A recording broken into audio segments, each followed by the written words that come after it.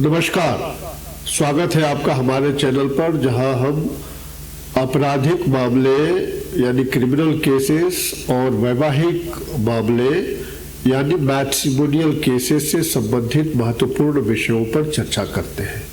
मैं हूं एडवोकेट अशोक चैतन्य। आज हम लोग एक ऐसे ही विषय पर जो आपके कानूनी अधिकारों को समझने में सहायता करता है, इस पर हम लोग चर्चा करेंगे। क्या आप जानते हैं कि कुछ अपराधों के मामले में मुकदमे शुरू करने के लिए एक विशेष समयावधि निर्धारित की गई है?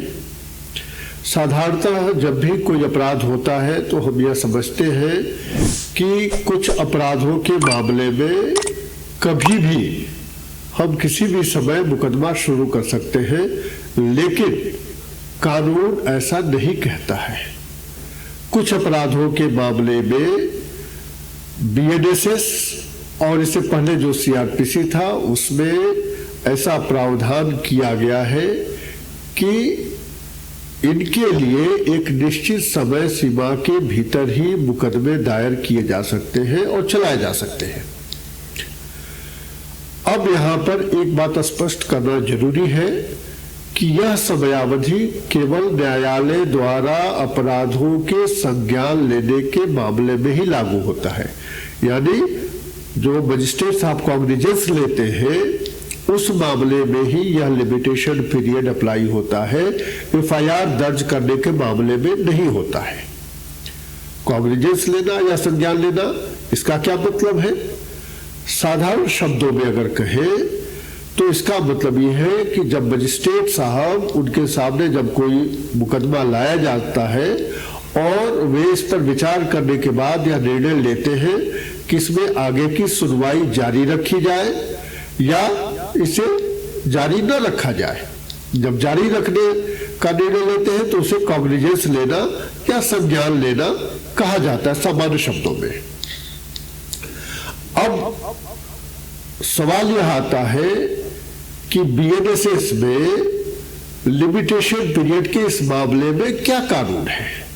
इसके लिए अगर आप देखेंगे तो BNSS का सेक्शन 514 उसमें अपराधों की 3 कैटेगरीज कही गई है। पहली कैटेगरी में अपराध रखे गए हैं, उनके लिए मैक्सिमम सजा का जो निर्धारण किया गया है वह केवल जुर्माना हो सकता है, या वैसे मामलों में अधिकतम समय सीमा मुकदमे चलाने की अपराध होने के तारीख से 6 महीने तक होती है। दूसरी कैटेगरी जो है उसमें ऐसे अपराध आते हैं जिनके लिए मैक्सिमम पनिशमेंट 1 साल तक का जेल टर्म या कारावास की सजा का प्रावधान किया गया है। ऐसे मामलों में कॉग्निजेंस लेने का मैक्सिमम लिमिटेशन पीरियड 1 साल होता है। और तीसरी कैटेगरी उन अपराधों की होती है जिनमें मैक्सिमम पनिशमेंट 3 साल तक की सजा का किया गया है। यानी जिन अपराधों में मैक्सिमम 3 साल तक की जेल की सजा हो सकती है, वैसे मामलों में कॉग्निजेंस लेने का मैक्सिमम लिमिटेशन पीरियड 3 साल होता है। इन 3 कैटेगरीज में आने वाले समयावधि के अंतर्गत ही इन अपराधों के मामले में मुकदमे शुरू किए जा सकते हैं। चौथी कैटेगरी क्या होती है? चौथी कैटेगरी वह है जो अपराध पहले कही गई 3 कैटेगरियों में नहीं आते हैं। यानी जिन भी अपराधों में 3 साल से ज्यादा की सजा का प्रावधान है उसके लिए कोई भी लिमिटेशन पीरियड प्रिस्क्राइब नहीं किया गया है। इसका अर्थ यह हुआ कि उस मामले में मुकदमे कभी भी शुरू किए जा सकते हैं। अब अगला प्रश्न यह उठता है कि इस लिमिटेशन पीरियड का कंप्यूटेशन कैसे किया जाए, इस समयावधि की गणना कब से शुरू की जाए।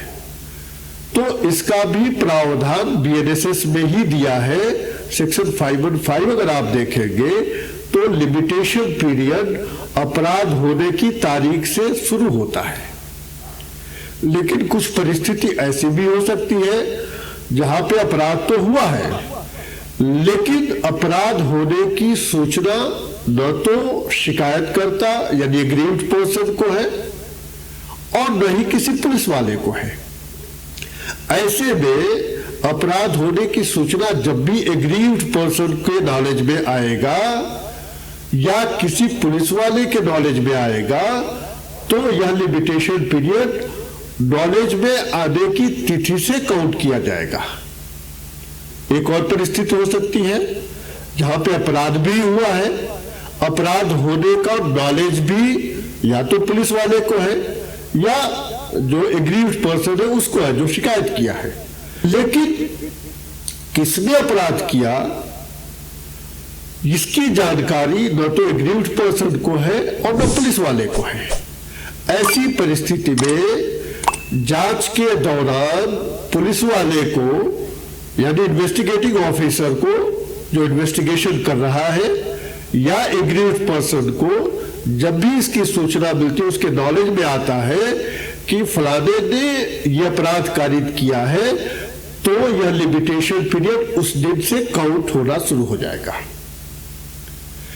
अब एक और इसमें प्रावधान आता है जिसे हम कंटिन्यूइंग ऑफेंस कहते हैं। कुछ अपराध ऐसे होते हैं जो लगातार चलते रहते हैं। जैसे आज एक अपराध में जो एक्यूज्ड है उसने किसी का किडनैप कर लिया, किसी को एब्डक्ट कर लिया। अब एब्डक्ट आज उसने किया तो आज से जो है लिमिटेशन पीरियड काउंट होना शुरू हो जाएगा, लेकिन उस पर्सन को